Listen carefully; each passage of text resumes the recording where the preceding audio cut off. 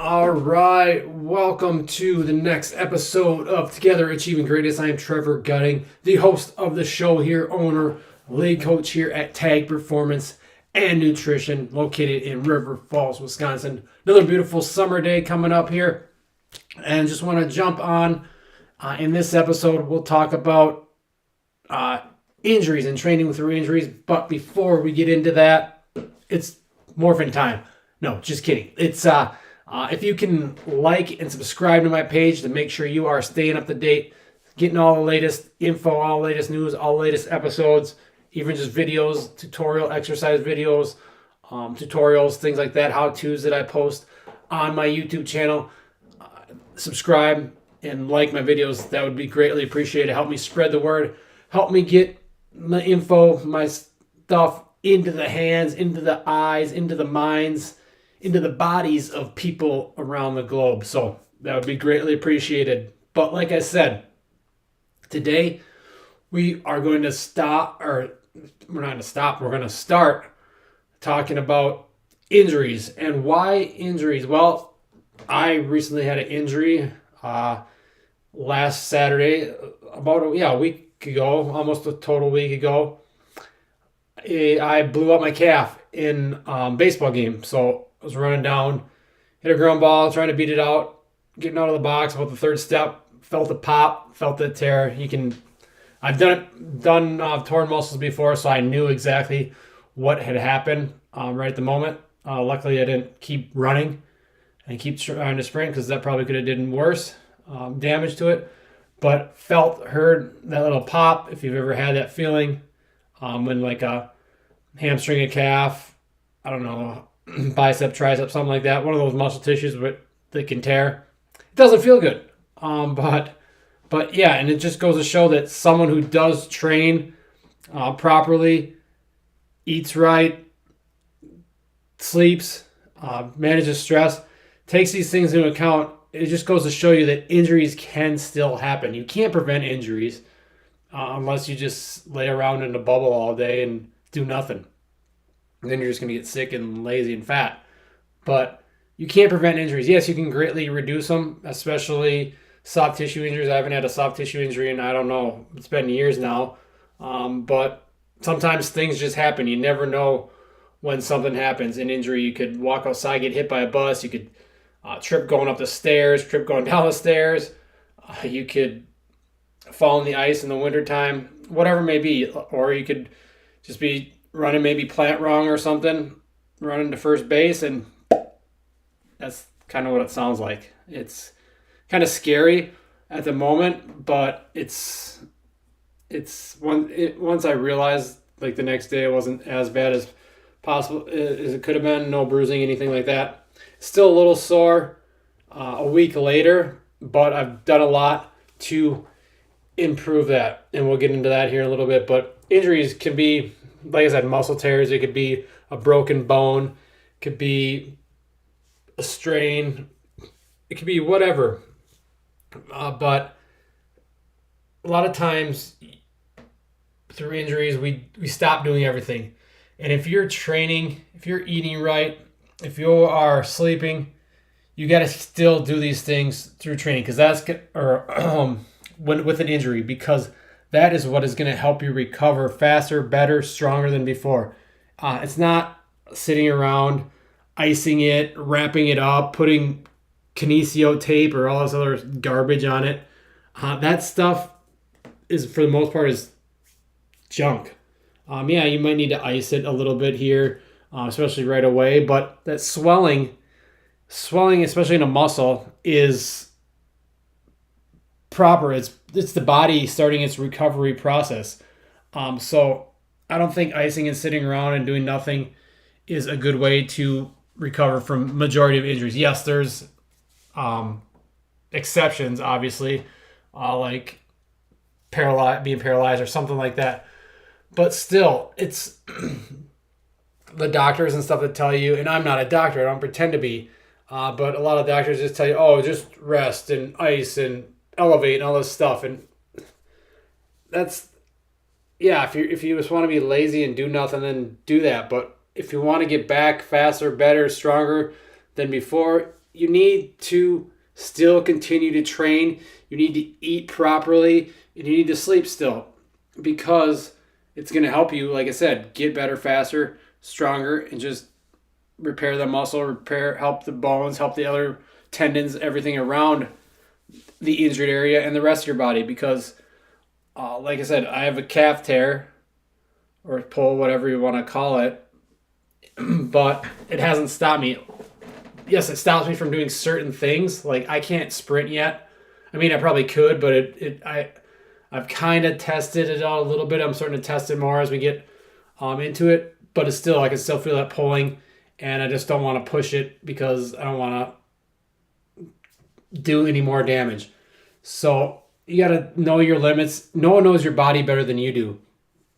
And that's where it comes in, where you still got to train. Yes, like I said, I can't sprint right now. I'm just, for a while I wasn't able to do any jumping. You need, because the calf is a quick twitch muscle, and those quick cuts, quick sprints, creating that force into the ground, that's what's causes the pain.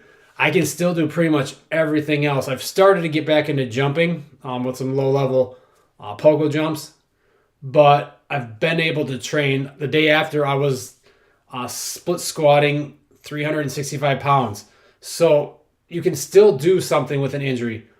It doesn't, well, maybe you have a broken leg or a broken ankle, you're not able to use that leg. You still got the other leg you can train.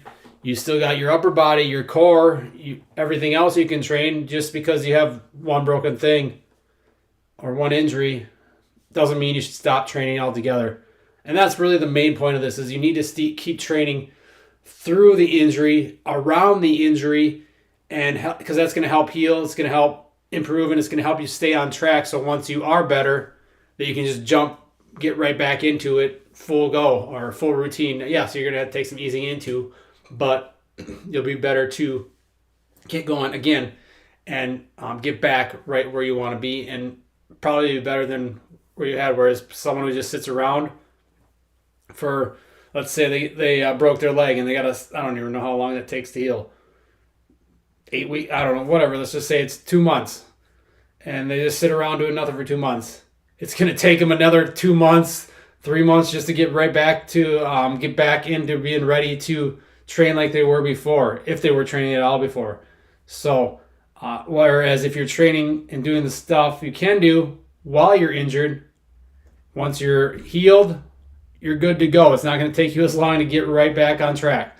So that's kind of the thing, is to keep training throughout the injury. Like I said, if it's a broken, something with your arm, you can still do the other arm. You can do your lower body. I had a client who broke her pelvis and hip and took maybe like a week off, but right back at it the next week doing upper body stuff. Focus on that until she was able to get clear to do some more lower body stuff. I've had people who have, and it's not just injuries, maybe it's a condition. I've had a client who had a stroke when he was younger, so he wasn't really able to use his left side of his body the way he wanted to. But that didn't stop him at all. It's still did the other side, did the right side as much as possible, incorporated the left side, just wasn't able to do as much weight. So we make adjustments, we adjust, but we're still training. We're not just stopping altogether and doing nothing, because I think that's the worst thing you can do, especially with like muscles and tendons and stuff like that. You want to keep the blood flow in there. You want to help the recovery process. A lot of what I've been doing is just continuing to walk with a pulled calf muscle, because that's it feels so much better just walking, rather if I just sit around, it gets stiff, it gets sore, and it just doesn't feel good. So the main thing is here is that you can always do something. If you take one thing away from this episode, is just always that you can always do something, whether that's injury, illness, a condition that maybe a medical condition that maybe you had, a botched surgery, whatever it may be. You can still do something. You see all these videos and stuff of people who are in like wheelchairs, and they're just doing pull-ups and stuff with their wheelchair still attached. And it's like, and then you can't do anything because you got a broken fingernail, or your pinky's jammed, or you got a hangnail, or someone stepped on your toe. Nah, that's just excuses, and that falls into your mindset. Where if you're making these excuses, but you see 90-year-old people who are lifting, they don't make excuses. You see the people in the wheelchairs. You see people with missing limbs that are still working out and doing all this awesome stuff, but yet you can't do it again because you got a broken toe or broken pinky. Nah, that's a bunch of crap. You can still train. You should always be training year round, no matter what. Again, it doesn't mean you might not be able to do something. Like I said, I can't sprint right now, and that's the most frustrating thing because that's my favorite thing to do is sprint. But I can do pretty much everything else, especially now after a week of being kind of since the injury happened. Been able to lift, did a lift this morning, so it's still possible, and it's just a lot of it's mindset. A lot of it is having a coach or someone around you who can help you and realize and get you a program that's going to work with you, not against you. It's realizing that, if something hurts, adjust it. Maybe that's with a bench press, you're going to a neutral grip, whereas a regular bench press is bothering an achy, injured shoulder. Maybe a neutral grip doesn't. Or doing a floor press. Different grips, different tempos, raising a bench up a little bit, declining a bench. All these different little factors that you can look at that are just slight changes that can definitely help and improve if you got injuries or aches. But again, always be train around your pain. If it's a left side, if it's a right side, train the opposite side, train the upper body, train the lower body, whatever is not affected, you can still train that area of the body.